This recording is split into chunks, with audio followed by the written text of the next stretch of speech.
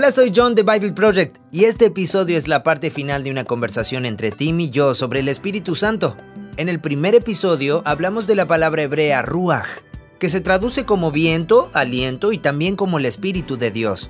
En el segundo episodio también hablamos sobre cómo se usa la palabra ruach para describir al espíritu del hombre. Y luego hablamos sobre 3 actividades que realiza el ruach de Dios en el Antiguo Testamento: crear, empoderar a las personas y luego recrear. La conversación de hoy se dirige al Nuevo Testamento. El Nuevo Testamento está escrito en griego, por lo que la palabra hebrea ruach se traduce con la palabra griega pneuma, que convenientemente también puede significar viento y aliento o soplar, pneuma, y además puede significar espíritu. Veremos cómo la vida de Jesús está empoderada por el Espíritu Santo. La resurrección está conectada al Espíritu. Pablo usa el poder creador del Espíritu de Dios para describir lo que recreó el cuerpo de Jesús. Era un ser humano, podía comer y estar con sus discípulos, pero tenía propiedades diferentes que solo pueden ser descritas como nueva creación. Bien, así que sin más preámbulo, el Espíritu Santo en el Nuevo Testamento. ¡Aquí vamos!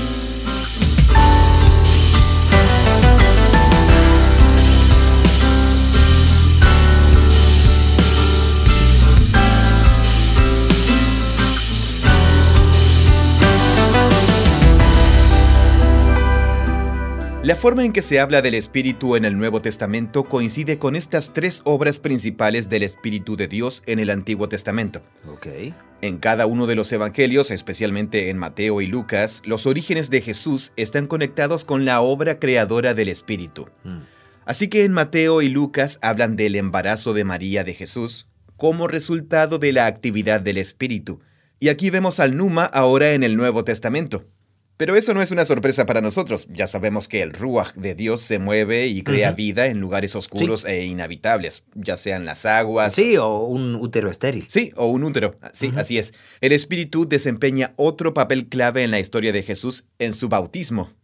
Y ahí es realmente genial. Entonces, en el bautismo de Jesús, Juan el Bautista está allá en el río.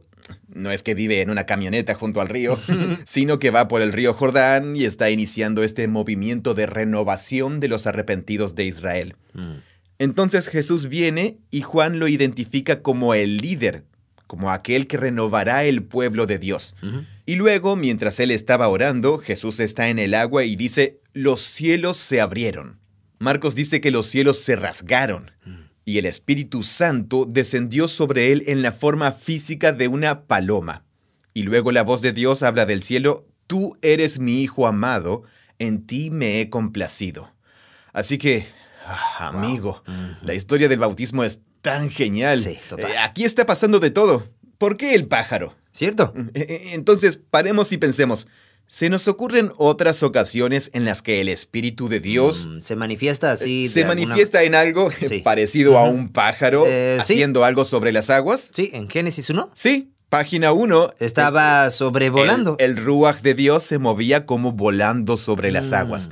Ya hablamos de esto, creo, ¿no? Pero no hablamos sobre si es una metáfora de vuelo o una imagen como de un pájaro. Génesis 1 dice: el Espíritu de Dios se movía sobre las aguas. Sí. El verbo se movía, rajaf, solo es utilizado otras 3 veces en la Biblia hebrea y siempre para describir aves. ¿Las aves como revoloteando? Sí, las aves sobrevolando. Wow. Así que los autores del Evangelio están describiendo intencionalmente al Espíritu descendiendo sobre Jesús. El Espíritu creador de Génesis 1. Recordando el lenguaje del ruach de Dios. Genial. Sí, es absolutamente genial. Sí. Y también presta atención a la visión de Dios de 3 en 1 que hay aquí. Tienes a Jesús y a Dios el Padre, ¿Qué habla? que está hablándole al Hijo, y quien le comunica la presencia y el amor del Padre al Hijo es el Espíritu. Así que tienes lo que más tarde los cristianos llamarían un Dios trinitario. El lenguaje es posterior al Nuevo Testamento, pero la idea de los 3 en 1 respecto a Dios está presente en todo el Nuevo Testamento.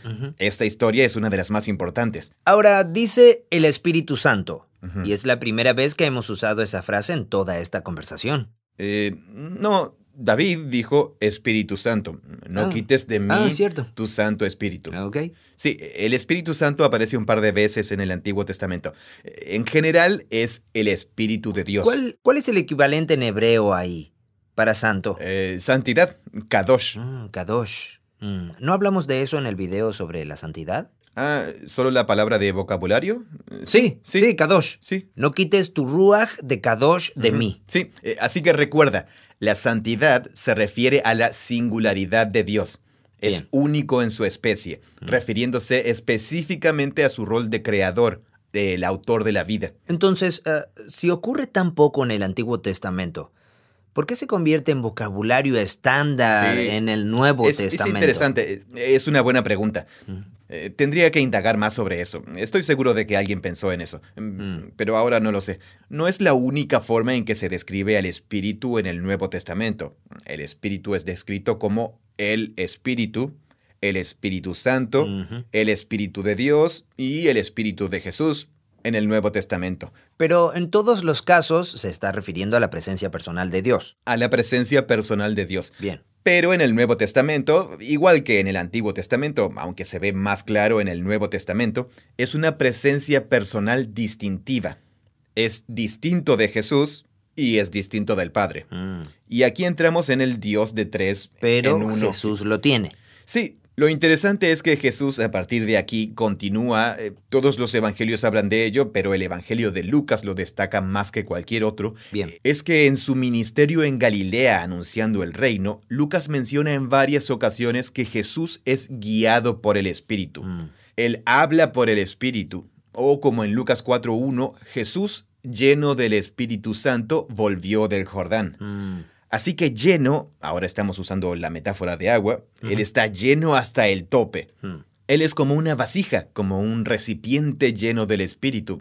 Es decir, que el Espíritu está impregnando la existencia y la mente de Jesús. Él está empapado en eso. Sí, es una gran metáfora. Sí. Entonces, toda la misión de anunciar el reino de Jesús en el día a día estaba vinculada a la obra del Espíritu. ¿Así que esa fue su designación? Esa fue su designación. Él fue designado, sí, para llevar a cabo la misión del reino a través de la guía y el empoderamiento del Espíritu.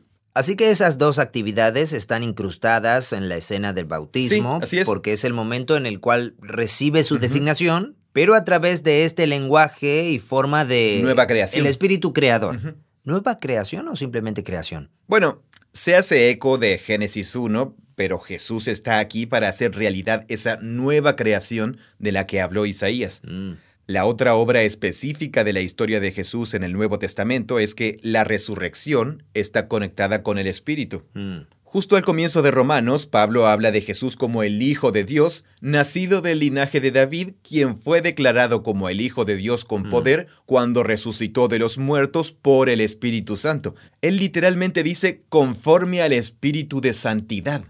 Por lo que Pablo usa el poder creador del Espíritu de Dios para describir qué fue lo que recreó el cuerpo de Jesús para que pudiera salir de la tumba y dejarla vacía. Sí, lo recompuso. Sí, quiero decir, él estaba bien muerto. Sí. Y el tipo de existencia que Jesús tuvo después de la resurrección fue diferente. Fundamentalmente diferente. Fundamentalmente diferente, sí. Era un ser humano, podía comer y estar con sus discípulos, pero tenía propiedades diferentes que solo pueden ser descritas como nueva creación. El tipo de cuerpo físico humano que Jesús era o tenía era tan extraño como nos parecería un león pasando el rato con un cordero o niños jugando cerca de nidos de cobra.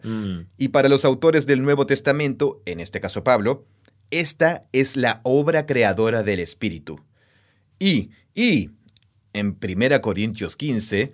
Pablo dice que esa es precisamente la forma de existencia que esperan los seguidores de Jesús en nuestra resurrección. Él lo llama una existencia espiritual empoderada por el Espíritu. Lo que ningún otro humano logra en la Biblia. ¿No ves a ningún otro humano que tenga un cuerpo resucitado? No, Jesús es la única parte que camina y habla de la nueva creación en la existencia física. Pero luego, ahora, hablamos del rol del Espíritu en el resto del Nuevo Testamento. Al final de Juan, Jesús designa a sus discípulos y él dice, como el Padre Esto es en Juan capítulo 20, como el Padre me ha enviado, así también yo los envío. Es interesante, Sí. Él está en el aposento alto con los discípulos, les dice eso y luego sopla sobre ellos. Y dice, reciban el Espíritu Santo. Es una escena tan poderosa. Sí. De hecho, el soplar sobre ellos, Juan muy específicamente... El ruaj sobre ellos. Les ruaj es precisamente la misma frase de Génesis 2 en la que Dios sopló sobre el polvo de la tierra. Enfusao, reciban el ruaj santo. Así que Él sopló sobre ellos y nos deja pensando, oh, ¿cómo huele el aliento de Jesús? O algo así. Es una parte muy extraña de la historia. Cierto. Pero Él los está comisionando, Sí. así como David y los profetas recibieron el soplo del Espíritu. Y luego Jesús... pero mire lo que dice antes de eso. Como el Padre me envió, así vine e hice. Ahora ustedes van a ir a hacer lo mismo. Y así como el Espíritu empoderó a Jesús para que lo hiciera, así ahora Él los está designando por medio del Espíritu para ir y hacer lo mismo.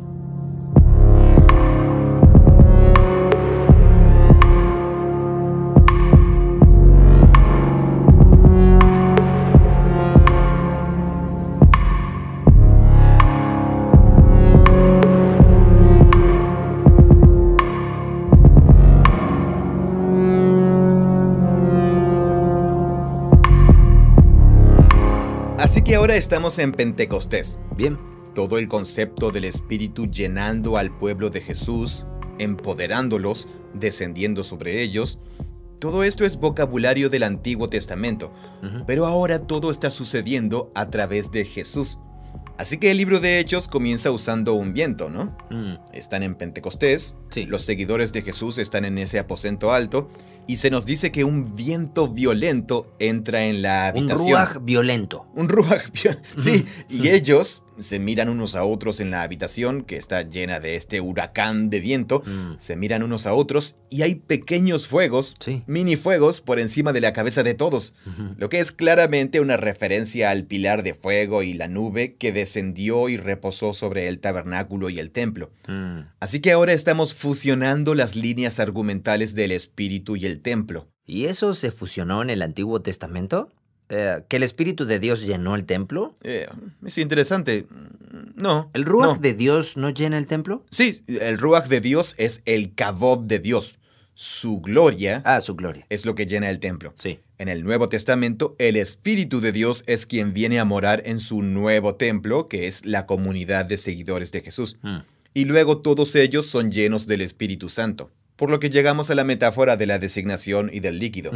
Pero para la puedes ver- tarea de ir... Para la tarea, sí. Sí, y llevar la buena noticia a los confines de la tierra. Exacto, sí. Sí, para anunciar el reino de Dios. Sí. Así que en el resto del libro de Hechos ves al Espíritu Santo como un actor, como un personaje en la historia.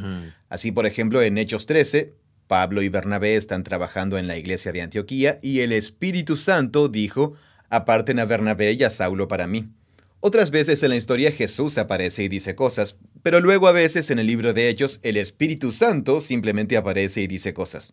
Pablo y Bernabé quieren subir a Galacia y el Espíritu se los prohíbe. El Espíritu de Jesús no se los permitió. Así que el Espíritu se convierte en una presencia plenamente personal de Jesús. Pero a veces Jesús se le aparece a Pablo en forma de visión, otras veces es el Espíritu de Jesús o el Espíritu de Dios. Entonces, ¿cuál es la historia detrás de la prohibición del Espíritu? ¿Perdieron un barco? ¿Perdieron el barco? Claro, o tuvieron... Y ellos un dicen, bueno, supongo que el Espíritu no quería que ¿O fuéramos. acaso el viento sopló y susurró, ustedes no deberían ir? Y ellos dicen, no, amigo, ese era el Espíritu. Sí, o una vez a través de un sueño, Pablo tiene un sueño de un tipo en Macedonia diciendo, sí. ven aquí. Y entonces va, por lo que aquí estamos en el terreno de la vida cotidiana de un seguidor de Jesús, como una vida en la que, si voy a convertirme en un discípulo maduro, necesito cultivar la habilidad de estar consciente del Espíritu y de lo que el Espíritu me dice, animándome o influenciándome a hacer o a decir o a hacer. Y ese es el Espíritu que designa. Bien, En el comienzo de esta conversación sobre el Espíritu Santo que grabamos la vez anterior, hablamos de nuestra tradición. Yo vengo de una tradición cesacionista. Sí, cierto. Donde, sí, los apóstoles necesitaban prestar atención a lo que el Espíritu Santo estaba haciendo y escuchar al Espíritu y ese tipo de cosas, y es un personaje. Y ahora, no lo sé. Nunca hablamos de cultivar esa habilidad. Sí. Y cada vez que oigo a alguien hablar de eso, desconfío. Medio como que, ¿es ese realmente el Espíritu? Sí. ¿Perdiste ese barco por el Espíritu Santo o simplemente fuiste perezoso? Sí, claro. ¿Te olvidaste de llegar a horario o te quedaste durmiendo? Sí. ¿O Dios realmente quiere que tomes ese trabajo? ¿O eso es lo que tú quieres hacer? Sí, pero ya estamos preparados para eso con la idea de que los humanos tienen ruaj. Dios tiene ruaj. Y la forma en que Dios te influencia es... influyendo en mi ruaj. Así que entonces la pregunta es... ¿cómo sabes cuando eso está sucediendo? Sí. Y los apóstoles saben que esto es un problema potencial. Es por eso que en 1 Juan él dice, siempre prueben los espíritus. Entonces, ¿en plural? Sí. Juan es muy consciente de que si alguien viene con una palabra de Dios a una comunidad de la iglesia, debes ponerlo a prueba. Debes ponerlo a prueba con las enseñanzas de Jesús, con las enseñanzas de los apóstoles. Es posible que estés escuchando el ruaj de esa mujer o de ese tipo o del profeta y no es el ruaj de Dios hablando a la iglesia a través de ellos. Pero otras veces será el ruaj de Dios influyendo el ruaj de ese profeta. Así que cuando él dice, prueben los espíritus, quiere decir, ¿es el espíritu de ese hombre o es el espíritu de Dios? ¿Eso es lo que quiere decir? El punto es que hay muchos ruaj allí afuera con muchas palabras. ¿En serio? Sí. Tú tienes uno, yo tengo uno. También hay otros. Espíritus es una de las palabras utilizadas para describir seres personales no físicos que son malvados. Demonios. Demonios es otra palabra del vocabulario para hablar de ellos en el Nuevo Testamento, pero a veces se les llama espíritus inmundos o espíritus malignos. Ese es todo otro tema. Así que allí es una presencia invisible personal de algo desagradable. Sí, ese es todo otro podcast. Pero sí, el punto es estar consciente de la influencia del Espíritu de Dios en mi espíritu y hacer o decir y tomar decisiones, porque creo que eso es lo que el Espíritu de Dios quiere que haga, es subjetivo. Tal vez esa sea la mejor manera de decirlo. Siempre es un tema subjetivo. Por eso Pablo habla de evaluar las palabras que la gente dice que vienen del Espíritu, o Juan dirá, prueben los espíritus. No los ves en Hechos probando eso. Ellos dicen, oh, el Espíritu dijo eso, hagámoslo. En Hechos, ese es un buen punto. Bueno, no, oran y ayunan. No, estaban orando y ayunando.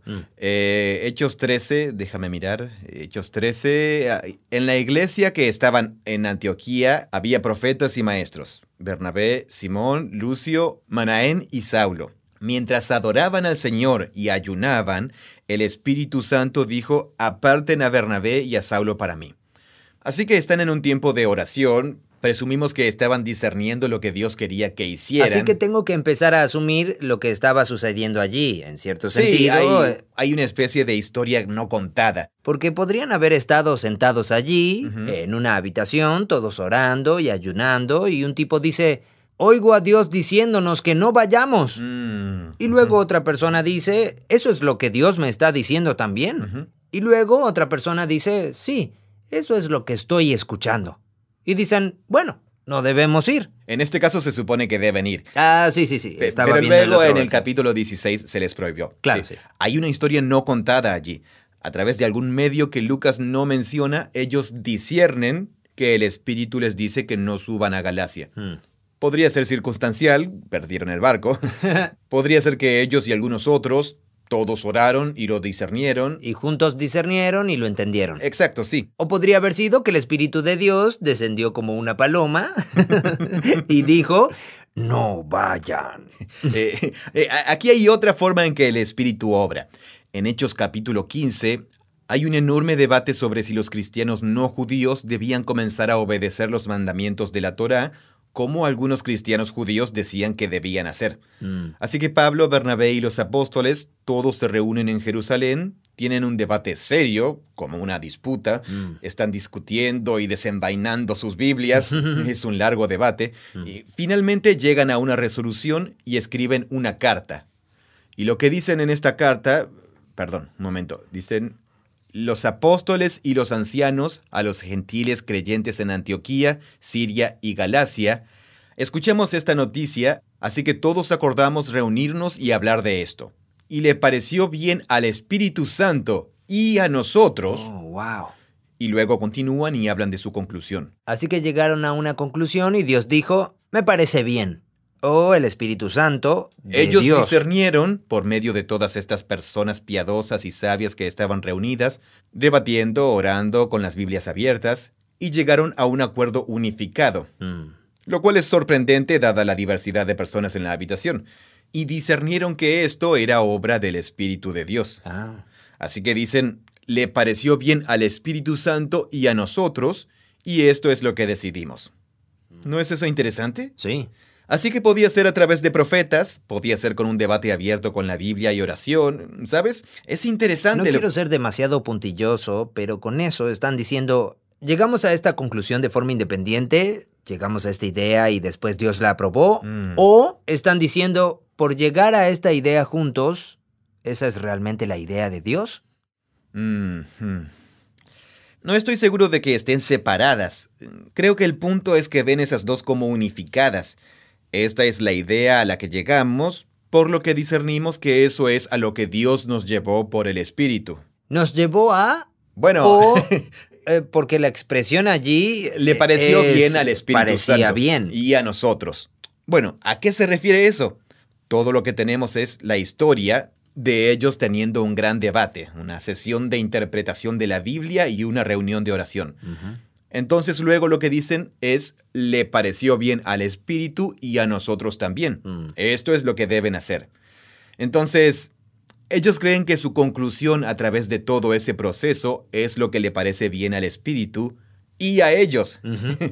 El libro de Hechos en todas partes está diciendo, parte de ser un discípulo maduro de Jesús es ser consciente de la presencia del Espíritu. Claro, así que deben haber estado muy conscientes mientras tenían sus Biblias abiertas y estaban debatiendo. El Espíritu está en esto. Que Dios estaba allí obrando en esto. Y el Espíritu está aquí. Y entonces, mientras lo estaban haciendo, al terminar pensaron, bueno, nos parece bien y Dios ha estado aquí, así que a Dios le parece bien. Sí. Bien, eso es genial. Sí, ese es el proceso por el que pasan. La última mina de oro importante relativa al Espíritu en el Nuevo Testamento se encuentra en las cartas de Pablo. Él menciona al Espíritu. Permíteme hacer una búsqueda rápida de la cantidad de apariciones de la palabra. Sí, claro. Bien, Numa aparece 149 veces en las cartas de Pablo. Él menciona el Espíritu 149 veces. Y para poner eso en contexto, ¿cuántos capítulos tiene Pablo? Bueno, hay 13 cartas. 13 cartas. Ay, amigo, tendría que hacer... Me llevaría un par de minutos. Así que son 13 cartas y él habla 150 veces del Espíritu. Sí, todo eso para decir que el Espíritu es un tema realmente importante en la visión de Pablo de la vida cristiana. ¿Es Pablo quien dice que caminemos en armonía con el Espíritu? Sí.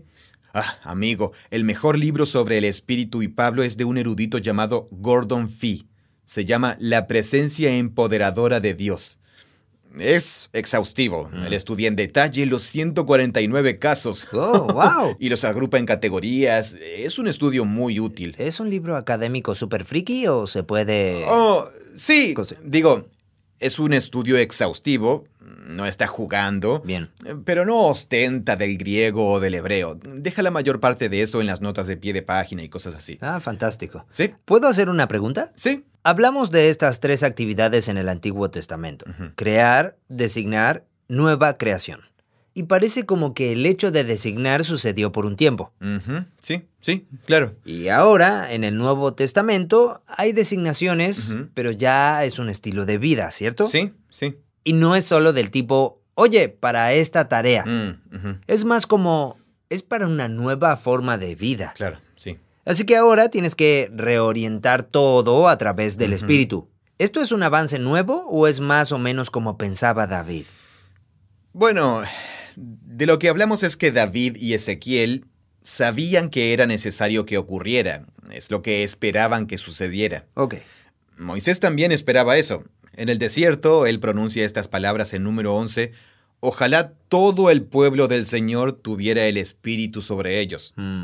Así que sí, las voces proféticas del Antiguo Testamento esperaban y sabían que una vida impregnada con el Ruaj de Dios es lo que se necesita para que se produzca realmente la nueva creación. Así que si Ezequiel hubiera estado viendo a los apóstoles... Sí, él en el aposento alto o en Pentecostés. Pentecostés, sí, pero también sumado a todo lo que ocurre en Hechos, él podría decir, lo que está pasando es el Valle de los Huesos Secos. Correcto, sí, creo que sí. La resurrección de Jesús por el Espíritu y luego el pueblo de Dios, los seguidores de Jesús impregnados con el Espíritu.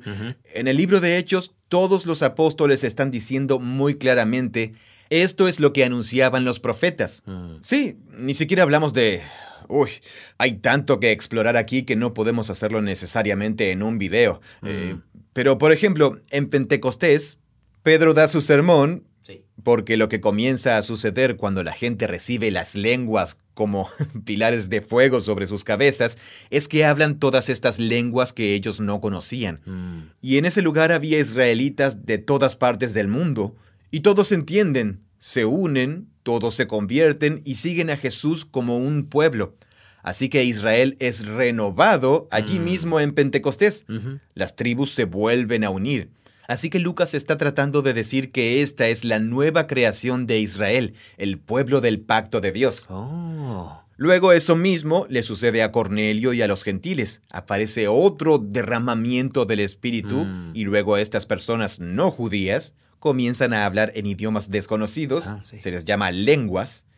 Hay mucho debate, obviamente. Mucho debate en la historia cristiana sobre hablar en lenguas y todo eso. En el libro de Hechos sucede en momentos clave, donde los límites del pueblo de Dios se rompen y personas nuevas, cada vez más y más diferentes tipos de personas, son incluidos en la familia de Jesús. Ahí es cuando las lenguas aparecen en la historia, juegan ese papel. Así que en el libro de Hechos, el espíritu tiene que ver con expandirse y extenderse a más y más humanos, a Jerusalén, Judea, Samaria y hasta los confines de la tierra. Bien. Por lo que el punto es que el Espíritu está creando una nueva humanidad a través de la misión de Jesús. Claro. Ese es el libro de Hechos. Lucas está diciendo, eso es lo que los profetas esperaban, lo que está sucediendo a través del pueblo de Jesús.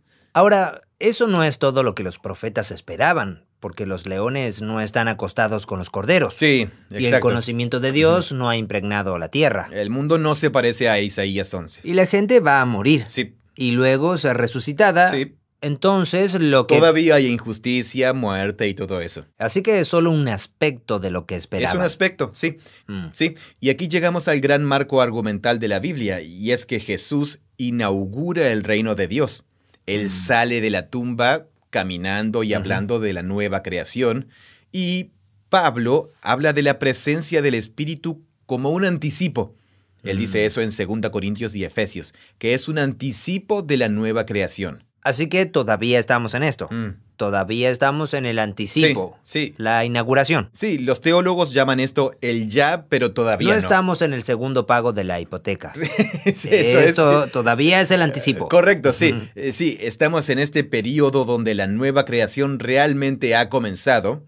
Puedo llegar a saborearla. Cuando saboreo la nueva creación es cuando estoy plenamente rendido, consciente e impregnado de la presencia del Espíritu. Y entonces, ¿el Espíritu está haciendo algo único durante esta era del anticipo? Sí, metiéndose con la gente. ¿Metiéndose con la gente? Sí, revolviendo tu ruaj. Claro. El ruaj de Dios viene y comienza a interactuar con tu ruaj y tú dices... Amigo, estoy realmente arruinado, necesito ayuda, necesito un nuevo corazón, necesito ser rescatado de mi egoísmo. Y Pablo dirá, sí, ese es el pneuma de Jesús, el Espíritu obrando en ti, preparándote. Pneuma es la traducción al griego de ruaj. Sí, y así es como el Espíritu obra en la vida de las personas. Bien. Y luego, cuando escuchan la historia de Jesús, dicen, eso es lo que necesito. Necesito a Jesús. El Espíritu siempre te guía a Jesús, según Pablo. Nunca solo para tener una experiencia, claro, sino para guiarte hacia Jesús. Y luego el Espíritu se convierte en la presencia de Jesús. Para Pablo, el Espíritu es la presencia de Jesús que va a empezar a darte una nueva forma. El fruto del Espíritu, por ejemplo, al final de Gálatas, es todo lo ¿Así que que me está dando forma para esta era? En primer lugar, son imágenes de jardín, fruto. Sí. Entonces ahí tenemos la imagen del jardín del Edén. ¿Cómo se vería el jardín del Edén en mí con la renovación de mi carácter? Amor, gozo, paz, paciencia, amabilidad, bondad, fidelidad, mansedumbre, autocontrol, que es todo Jesús. Es la vida de Jesús cobrando vida dentro de mí. Ese es el rol del Espíritu, crear a Jesús dentro de mí. Entonces Pablo a veces puede decir, yo morí con Jesús cuando Él murió en la cruz. Así que la vida que ahora vivo no soy yo, es Jesús viviendo en mí. Así que él puede decir, Jesús vive en mí. Pero más tarde en la carta a los Gálatas, él dirá, es el Espíritu en ti que produce fruto. Entonces son dos caras de la misma moneda para Pablo. Y ese pasaje de Pablo me recordó cuando estábamos hablando de David diciendo, dame un nuevo ruaj. Sí, no, Ezequiel. Sí. Ezequiel, sí, pero... Bueno, los dos. David dice, crea en mí un nuevo ruaj. Sí. Ezequiel dice, necesitan un ruaj nuevo. Sí, correcto. Así que David quiere que sea recreado. Sí. Ezequiel dice, necesitan uno nuevo. Entonces yo estaba pensando en Pablo cuando dice, ya no vivo yo, Cristo vive en mí. ¿Cómo vive Cristo en mí? Él no lo dice en el capítulo 1. Pero es a través del ruaj. Pero esa es su visión completa del Espíritu. Así que Pablo está pensando, es uno nuevo. Es el ruaj de Dios. Sí, necesito una vida nueva, una humanidad completamente nueva, una nueva existencia. Así que Dios podría estar recreando mi corazón, pero en lo que concierne a mi ruaj, Él tiene que... Es una cirugía. Sí, necesito uno nuevo. Sí, es un trasplante. Sí, y luego, después de que Él termina de dar la lista sobre el fruto del Espíritu, dice, entonces, si recibiste una vida nueva por el Espíritu, sigue caminando con el Espíritu. Así que todavía tienes un ruaj. Sí, Él no te golpea sobre la cabeza y te convierte en un humano completamente nuevo de la noche a la mañana. Tienes que colaborar con el Espíritu. Así como los apóstoles tuvieron que colaborar con el Espíritu en esa habitación con la Biblia abierta, debatiendo y orando juntos, o simplemente como Pablo y Bernabé. Así que se te da un ruaj nuevo, el ruaj de Dios. Pero todavía tienes tu sentido propio de ti mismo que necesita caminar con Él. Correcto, sí. Pablo lo llama la guerra entre tu carne y tu espíritu, tu naturaleza pecadora y tu nueva humanidad creada por el Espíritu. Y hay una batalla. Él dice que hay una batalla dentro de ti. Y han habido muchos buenos sermones y metáforas sobre eso. Así que hay... tengo una voluntad, una mente. Tengo el Espíritu de Dios. Pero luego también tengo la carne. Así que hay 3 tipos de elementos aquí. Sí. Y mi ruaj decide... La carne allí no se refiere a tu cuerpo físico. Se refiere a tu naturaleza egoísta, moralmente corrupta. Mi capacidad de ser moralmente corrupto. Sí, correcto. Así que puedo decidir caminar en armonía con eso, o puedo decidir mi camino en armonía con el ruaj de Dios. Sí. ¿Y por qué Pablo no llamó a eso mi espíritu? ¿Por qué lo llamó mi carne? Es todo un largo debate, creo. Pero hay algo sobre la carne en la forma que él estaba usando el término. Sarcas. Sí, bien. Sarcas en griego, donde como imagen comunica que mi cuerpo tiene apetito. Comida, sueño, sexo. Y esos apetitos pueden llevarme a comportamientos realmente destructivos si no los controlo. Y así ese vocabulario, esa idea, se comunica con la palabra carne en el Antiguo y en el Nuevo Testamento. Es por eso que la gente se vuelve monástica. Sí, es cierto. Pero la idea de Pablo sobre la nueva humanidad es física. Pero es un nuevo tipo de existencia física, una impregnada con el espíritu. Lo que no significa que ya no seas humano, significa que eres más humano. Así que puedo ser un glotón, y esa es mi carne, pero no ser glotón no significa que ahora no disfrute de la comida. Claro. Significa que como para el cabot de Dios. Sí.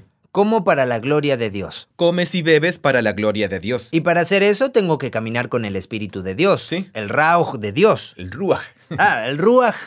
Me sigo confundiendo con Rauj. Sí. El Ruach de Dios. Sí, hay tanto en el Nuevo Testamento. Los dones espirituales de los que hablan Pedro y Pablo, es lo mismo. Jesús fue designado. Nosotros recibimos una designación. Así que Dios puede designar a diferentes personas, puede mejorar sus habilidades naturales, inspirarlos para que lo que contribuyan a la iglesia sea lo que Dios quiere que suceda en esa comunidad de la iglesia. Así que Pablo habla de eso extensivamente. Y todo eso es sobre cómo vivimos como cristianos colaborando con el Espíritu de Dios. Esto es algo que en el Antiguo Testamento, Ezequiel, David y Moisés y toda esta gente estaba deseando y profetizando que llegaría este momento donde los humanos podrían hacer esto. Claro. Sin embargo, también existe esta anticipación de que toda la creación será fundamentalmente cambiada. Hemos estado hablando de este tipo de tiempo intermedio. Y el Nuevo Testamento luego también comenzará a hablar del Espíritu de Dios recreando cosas, ¿verdad? Sí. Ahora bien, esto de que yo camine con el Espíritu y esté lleno del Espíritu, eso no es nueva creación. ¿Eso es solo ser designado o es el comienzo de la nueva creación?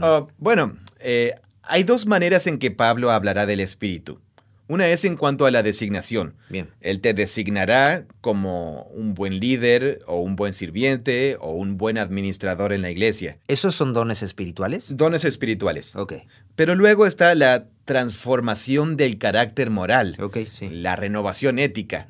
Y esto está en el territorio de la nueva creación. Ok, eso sí está sucediendo. Sí, como en Romanos 8, Pablo dirá: pero si el espíritu de aquel que resucitó a Jesús de entre los muertos habita en ustedes, el mismo que resucitó a Jesús de entre los muertos también dará vida a sus cuerpos mortales por medio de su espíritu. Él vincula, en primer lugar, al espíritu que resucitó a Jesús con tu propia esperanza de resurrección. Y luego también vincula el espíritu de Jesús y la resurrección con tu recreación moral. Así que la recreación moral está sucediendo ahora. Sí, pero la recreación física sucederá en la resurrección. Con la resurrección. Para Pablo es la misma vida nueva en la que estás participando. Así que cuando tengo momentos en los que debo dejar mi ego a un lado y solo amar y servir a mi esposa o a mi prójimo, a pesar de que esté enojado, con hambre y sin haber dormido mucho la noche anterior, pero siento que Jesús quiere que solo sea un sirviente en ese momento. Y lo hago, y es lo correcto, y es increíble. Pablo te invitaría a que... Ni siquiera lo estás haciendo completamente con tu propia fuerza. Sí, y estoy cansado y de mal humor, Sí. pero encuentro este deseo y motivación y actúo en consecuencia. Y luego algo bueno sale de eso. Pablo me invita a ver eso como una pequeña prueba de mi verdadero ser como nuevo humano en Jesús. Esa es mi nueva humanidad emergiendo. Un seguidor de Jesús que está madurando, para Pablo, es alguien que, cuando se topa con eso, dice: eso es quien realmente soy, voy a hacer más de eso. Y cuando haga más de eso, como lo hizo Pablo, él mira atrás y dice: trabajé más que todos los apóstoles. Bueno, lo siento, quiero decir, fue la gracia de Dios trabajando en mí. Él se lo atribuye a Dios, aunque fue Él quien lo hizo. Y esa es la dinámica del Espíritu, es que cuando lo hago, soy yo, pero no soy yo. Sí, en Colosenses no dice algo como trabajo con el Espíritu de Dios. Sí, hay un versículo en Colosenses que dice eso. Sí, es esta fusión, es que mi voluntad se entrelaza tanto con la voluntad de Dios. Mi ruaj, mi mente y mi propósito se unifican de tal manera con el Espíritu que ahí es cuando sé que estoy siguiendo a Jesús. Y principalmente en el presente, en la pre-resurrección, para mí, ahí es cuando sé que estoy en el mejor punto, cuando estoy exhibiendo el fruto del Espíritu al hacer el tipo de cosas que Jesús haría. Esa es mi nueva humanidad. Y Pablo dice: alimenta eso. Aliméntalo. Y no serás capaz de hacerlo tú solo. Necesitas estar en una comunidad de un montón de otras personas que estén experimentando ese mismo proceso. Y juntos serán capaces de acompañarse los unos a los otros en este proceso.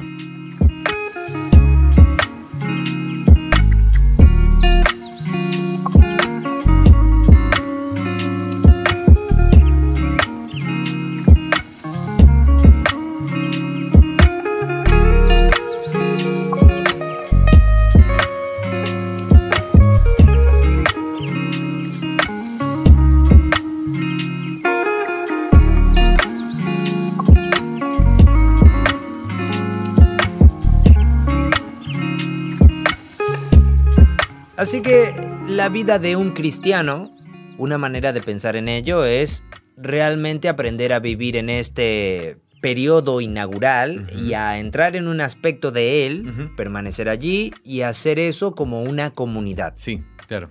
Un aspecto de él es caminar en armonía con el espíritu, aunque todavía tengamos esa carga que Pablo llama la carne. Sí, la carne. Pablo dice en Colosenses 1:29, con este fin también trabajo, esforzándome según su poder, que obra poderosamente en mí. Ah, sí. Allí es Cristo, no el Espíritu. Pero él comúnmente intercambia a Jesús y al Espíritu. Así que aquí estoy trabajando realmente duro. Con el poder de Cristo en mí. Con el poder con el que Jesús está trabajando aquí. Así que, ¿soy yo o es Jesús? Exacto. Claro, sí.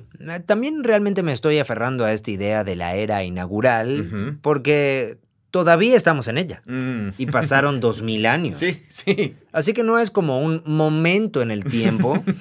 Claro. Es una gran parte de la historia de la humanidad. Sí. ¿Y quién te dice que no va a durar otros 1000 años? Correcto, sí. Podría ser, sí. O 2000 años. Y así todo este periodo de tiempo donde hay generaciones y generaciones y una civilización después de otra. Sí. Digo, todo eso es el tiempo inaugural de la nueva creación. Claro. Tienes que retroceder y visualizar la historia desde esta perspectiva muy amplia como para pensar en 2000 años como una inauguración. Sí. La inauguración es como un momento. Sí, claro. Sí, ha sido inaugurado. Sí. Es una ceremonia. Claro, sí. Ya está hecho. Sí. Si fue una hora, fue demasiado tiempo. Claro, exacto. Una mejor analogía sería el periodo de tiempo entre una elección en repúblicas democráticas, una elección de un líder y su designación. Ah, sí. Por lo general hay una brecha, ¿no? Sí, son elegidos en noviembre, comienzan en enero. Sí, ahí lo tienes. Así que son inaugurados en noviembre. Eso. Y su gobierno comienza en enero. Correcto. Entonces la inauguración... Así que su inauguración dura como 3 meses. Pero, ¿cuál es el periodo de tiempo entre la elección y la inauguración? Y luego su designación. No lo sé. De todos modos, el punto es que es un proceso de varios pasos. Entiendo, con una brecha. Claro. Y esa es la forma en que el Nuevo Testamento visualiza la nueva creación. El tiempo entre la resurrección de Jesús y su regreso. Jesús ganó las elecciones. No democráticamente. Jesús fue elegido e inaugurado con la tumba vacía. Y luego él inauguró la nueva creación. Y nosotros... Con la resurrección y la venida del Espíritu. Y luego él dice, participa en la nueva creación conmigo. Sí. No está aquí completamente, pero está aquí y está sucediendo. Sí. Los apóstoles participan. Y luego, 2000 años más tarde, también nosotros lo estamos haciendo. Exacto. Pero un día miraremos atrás y diremos, hey, esa temporada inaugural fue solo un momento. Sí. Un breve momento en la historia de la humanidad en comparación con la nueva creación. Sí. Es así, ¿cierto? Esa es la forma en que Jesús y los apóstoles hablaron de ello, sí. Pero para nosotros es toda nuestra vida. Sí, es cierto, estamos en ella. Y probablemente toda la vida de nuestros hijos y las generaciones anteriores, hasta donde podemos pensar. Claro. Entonces, para nosotros no se siente como un momento especial en el tiempo. Solo se siente como la historia de la humanidad. Sí, correcto. ¿Verdad? Sí, es un buen punto. Entonces lo que estás señalando es que en realidad es difícil para nosotros fomentar y vivir en esta historia. Sí. Es una historia dura en la que vivir. Sí. No es fácil. Tienes que pensar que este es un momento muy especial en la historia de la humanidad.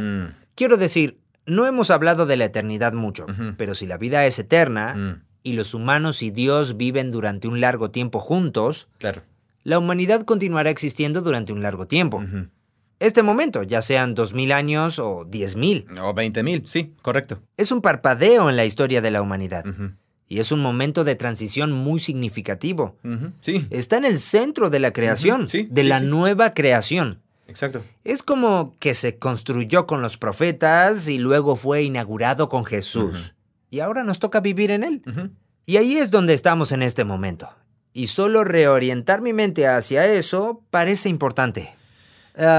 Y requiere esfuerzo.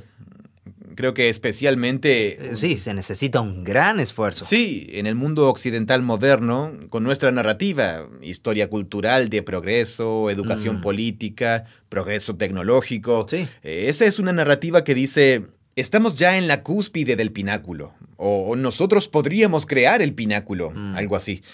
Entonces, la historia bíblica también tiene una progresión al decir, somos una parte de algo que está progresando, pero lo que esperamos, en última instancia, es algo que tenemos que recibir como un regalo que no seremos capaces de lograr por nuestros propios medios. Lo que no significa que nos sentemos sin hacer nada. Eso también sería vivir en la historia equivocada. Sí, así que todo esto está integrado en la creación, la nueva creación.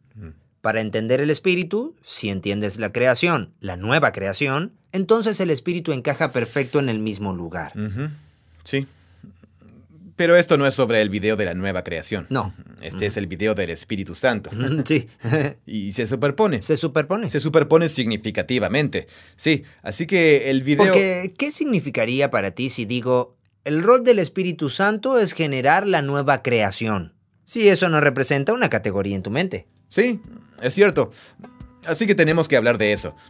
Para mí creo que la mayor victoria del video sería esta reorientación del Espíritu de Dios en la Biblia y el trabajo que nos lleva a llegar allí. Y luego la línea argumental de que el Espíritu unifica cómo La línea argumental sería la creación, nueva creación. Creación, y luego designar a un humano para que lleve a la humanidad a una nueva creación.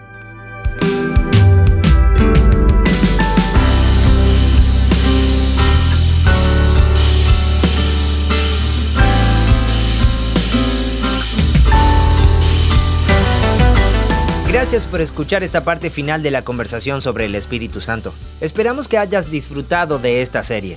Gracias por escuchar y formar parte de esto junto a nosotros. Este podcast es producido por Full Voice Studio. Es una versión localizada del podcast de Bible Project, originalmente grabado por John Collins y Tim Mackey. Gracias por escucharnos. Soy Yvonne, soy de México. Lo que más me gusta de Bible Project es cómo transmite el mensaje de la palabra a través de la animación y de explicarnos el contexto. Creemos que la Biblia es una historia unificada que nos guía a Jesús. Bible Project crea recursos gratuitos para ayudarte a experimentar la Biblia. Todo lo que creamos está financiado por generosos benefactores de todo el mundo. Pueden ver toda nuestra biblioteca de podcast, buscar otros recursos y dar a nuestra página web spa.bibleproject.com.